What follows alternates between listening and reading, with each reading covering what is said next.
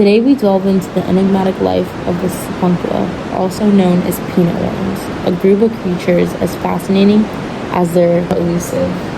The history of the Sipuncula. The first species of the phylum Sipuncula was described in 1814 by off in a Pelagospira, a Metazoan larval state.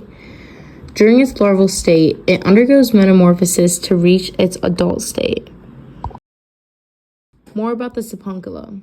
The Sipuncula have been used to assess the amount of metals found in marine sediments.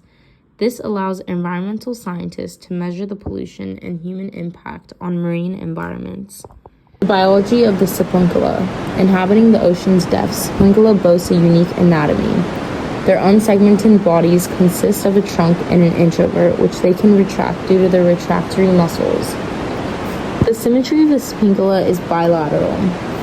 The anatomy of the Sipuncula contains intestines that twist in a loop, two digestive openings, the mouth and the anus, and include a body cavity, which is the coelom, that contains a fluid that transports nutrients and oxygen through the body.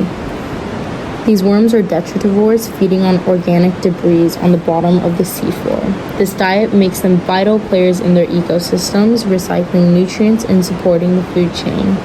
Despite their simple internal structure with a U-shaped gut and no complex respiratory system, nor a circulatory system, Sipuncula have adapted remarkably to their environment.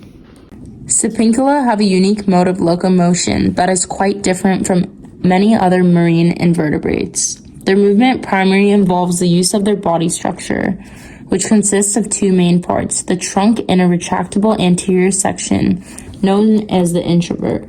They retract their bodies and crawl along the ocean floor. Sipuncula inhabit a range of marine environments including intertidal zones, subtidal zones, coral reefs, deep seabeds, and continental shelves and slopes. Their ability to burrow in substrates or live in crevices allows them to occupy niches that are crucial for the balance of marine life. Oxygen is absorbed directly through the skin. Reproduction varies among species, with some being dioecious, having separate male and female individuals, and others being hermaphrodites. The fertilization of the gamete occurs outside of the Sipuncula when a male and female gamete meet and form a trochophore larva, which eventually develops into a mature Sipuncula. Sipunculans have been present for a considerable time, with fossil records from the Lower Cambrian Mountingen Shale suggesting that the most typical features of extant Sipunculans have only undergone minor changes over the past 520 million years.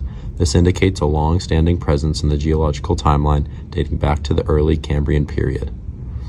Evolutionary origins of Sipuncula have been a subject of debate. Historically, they have been associated with various groups, including being considered as a bridge between annelids and echinoderms, or as part of Annelida.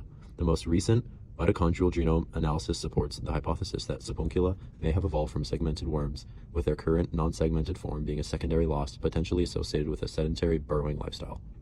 Prior to the analysis of their complete mitochondrial genome, Sipuncula's phylogenetic position was uncertain, with various hypotheses placing them as sister groups to Echura, Annelida, Mollusca, or within unresolved clades containing multiple taxa. This uncertainty was due to limited molecular data and the controversial nature of their morphological features. This discrepancy can be attributed to the limitations inherent in using categorical data for the data matrix tree. Such morphological data provides a finite array of options for distinguishing or relating different taxa, which might not accurately reflect the complexity of their evolutionary relationships. Traits like body cavity structure or segmentation, which are subject to convergent evolution, can result in unrelated groups appearing more closely related in the data matrix tree. On the other hand, the genetic data from the 16S RNA sequences offer a more detailed and nuanced picture of the evolutionary history, as they are less prone to the effects of convergent evolution and can reveal subtle genetic differences that are not immediately apparent in the organism's morphology. According to the DNA tree, it seems that Annelida and I actually do not have that much in common. It seems that Echinodermata and I share a very recent common ancestor, while Annelida seems to have diverged much earlier, making this taxa much less similar than those like Mollusca and even Arthropoda. I've always been intrigued by my family history and who I can be related with in the vast sea, so I created my own phylogenetic tree based on the data matrix to compare my characteristics with those that share the same water as me. What I found was that Annelida and I, not by surprise, are more closely related than I thought.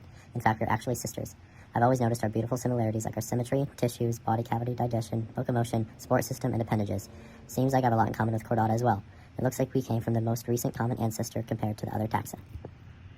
Oh wow, so the journals tree appears to include more taxa and is based on extensive genetic sequencing, and also suggests a closer relationship of Sipuncula with mollusca than with Arthropoda, which is the opposite from our data matrix tree.